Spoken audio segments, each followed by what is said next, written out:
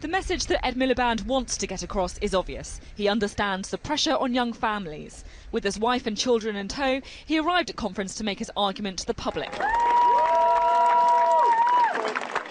Polls show that Labour is level pegging with the Conservatives. People still aren't convinced.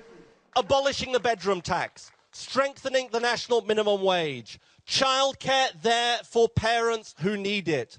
That's what I mean by tackling the cost of living crisis at this conference. That's what I mean by a government that fights for you.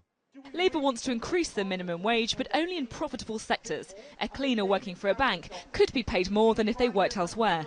It could be tricky to implement. Ed Miliband is trying to define who would help if he was Prime Minister and who would have to pay more. But someone on £60,000 a year, in his book, isn't rich and wouldn't face higher taxes. So that leaves a very small number of people on the very highest salaries who would have to fund his cost of living drive.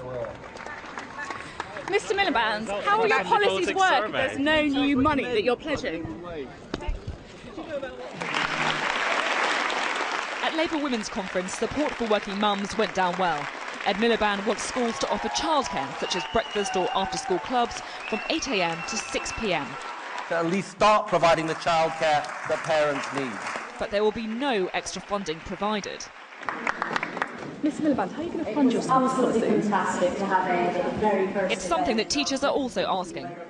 If they are going to implement a childcare policy which is before and after school, it's got to be properly funded. Schools could not possibly fund it at the moment. What can you see, sweetie? Ed Miliband has assured families he won't overpromise and fail to deliver. But polls show Labour still has some way to go before they're really trusted on the economy. Sophie Ridge, Sky News in Brighton.